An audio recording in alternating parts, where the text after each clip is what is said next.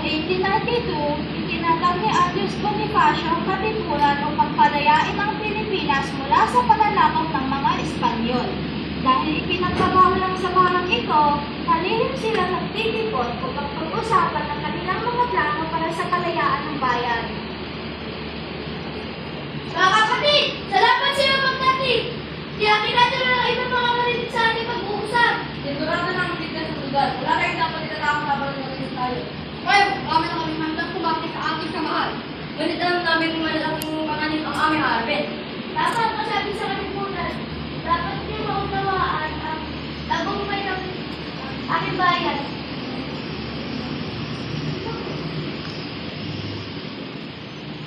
Kung tunay ko yung kalimutan, dapat ninyo maunawaan. Sundan ninyo ang aking sasabihin. Ako ay nunlupa. Ako ay lupa. Iniingatan ko ang aking pag hanggang sa aking bayan. Iniingatan ko ang aking bayan. Ayun na kayo ay kabilang ng ang tinanyamaan.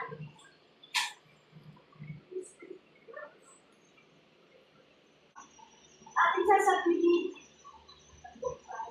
tagumpay ng kalimutan.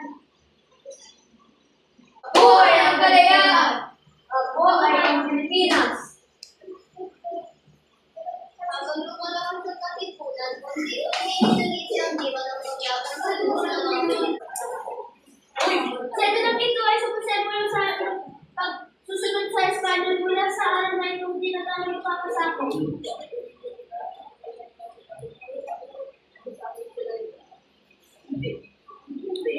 Ang pagkulit ng salitang ito ay tanda ng ating pagmamahal at ng ating pasamtumamang kalayaan. Mga kapatid, kulitin ang sedula!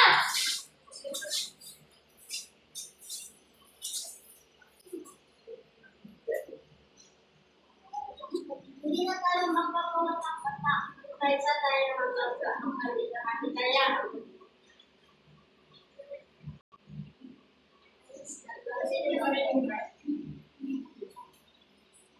Tandaan ninyo, hindi tayo malaban para sa atin, na malaban tayo para sa mga Pilipino. Pwede na pupukasan sa bansa ko, Pilipinas. Pero siya ng pag-aalsa. Okay, guys, gawin niyo na tayo kung mag-ilag ng government pa rin. Ako ay isang manunod ka ba? Kung magsusunod ay gawin. At bakit paggabi ito? Wala kang karapatan ng magmaniwala. Sumama ka na Mayos!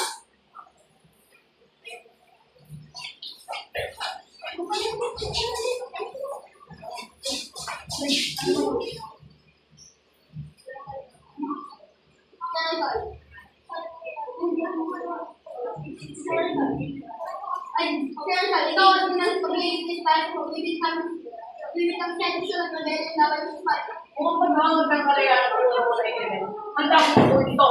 Yung mga ebidensya ng pagpapakita ng iyong Hindi ko kailan maninudyohan ang karasan. Ang aking mga salita ay para sa pagmulat ng isipan, hindi para sa digmaan.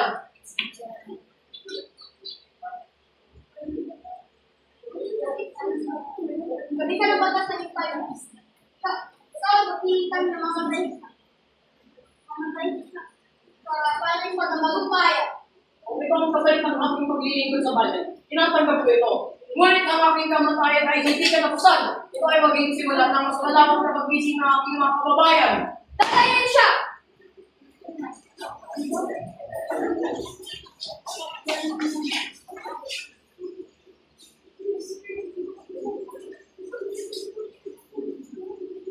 Magpapaya ka. Ipahintulog mo ito. Kayo mga mahal sa buhay. Ngunit tandaan, imadalo lang. Dito! Ang pagtakip, paglilitis, at hatol na Jose Rizal ay nag-iwan ng matinding sulat sa puso ng sambayanan. Ngunit sa halip na manahimik ang bayan, lalong patutok pinalakas ang hatoy ng paglaban para sa kalayaan. Colonel, may mahintulong kami doon sa kayong mga mahal ko. Ngunit ang tatularan ko. Maraming salamat.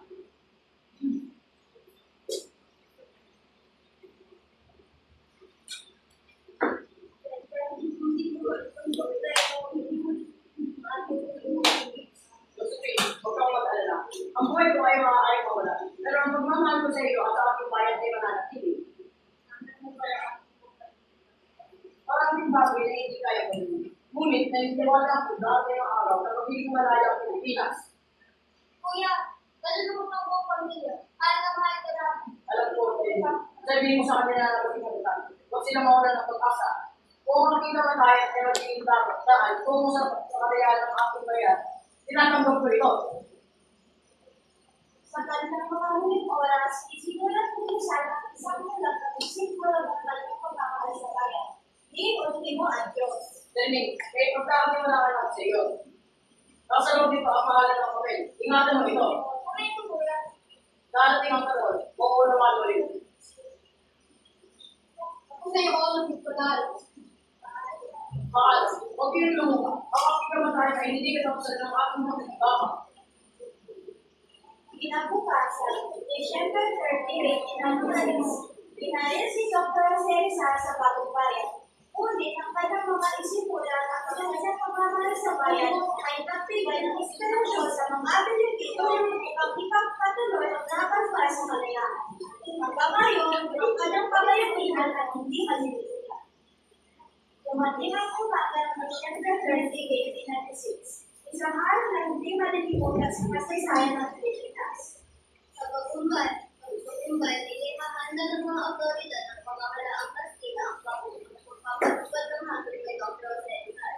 Sa kabila ng nalalapit ng kamatayan na natilis ng kalmado at matatapos.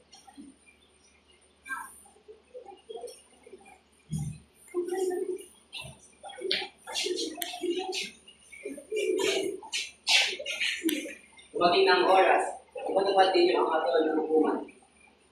Galing si Dr. Cesar sa Pakimbayan.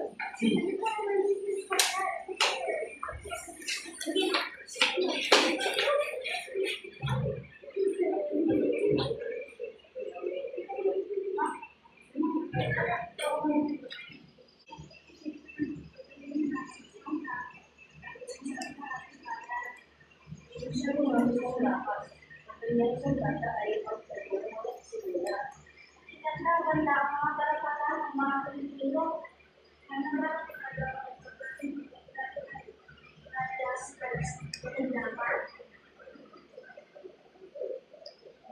Bago isagawa ang hatol, binigyan si Dr. Jose Rizal ng pagkakataong manalangin. Dr. Rizal, ay so bumabali yung manalangin. Oo. Panginoon, maraming salamat sa ibigay mo sa akin ng buhay. Pero kung ito ang ibibigay mo sa akin ng kapalaran, kung gusto mo itong tinanggap, pagbigay ka lang mo ng biyaya sa aking mga pamilya at sa aking minamahal na kasinta. Maraming salamat. Nawal na magpinutang mo ng iyong pagkakalaki ng dalawa ng mga ibabaw. Maraming salamat. Dumating ang sandaling kinakatakutan ng marami. Handa na ang firing squad upang isagawa ang utos ng pamahala ang Kastila.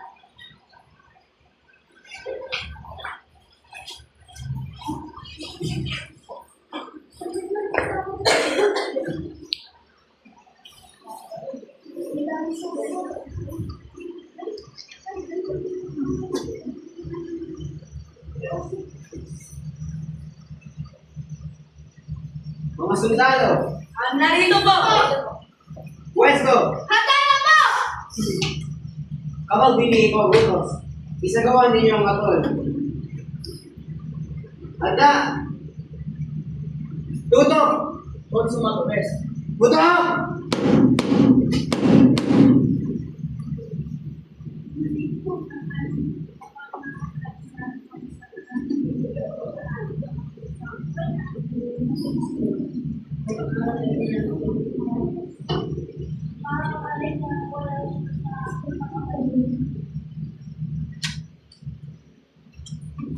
Then,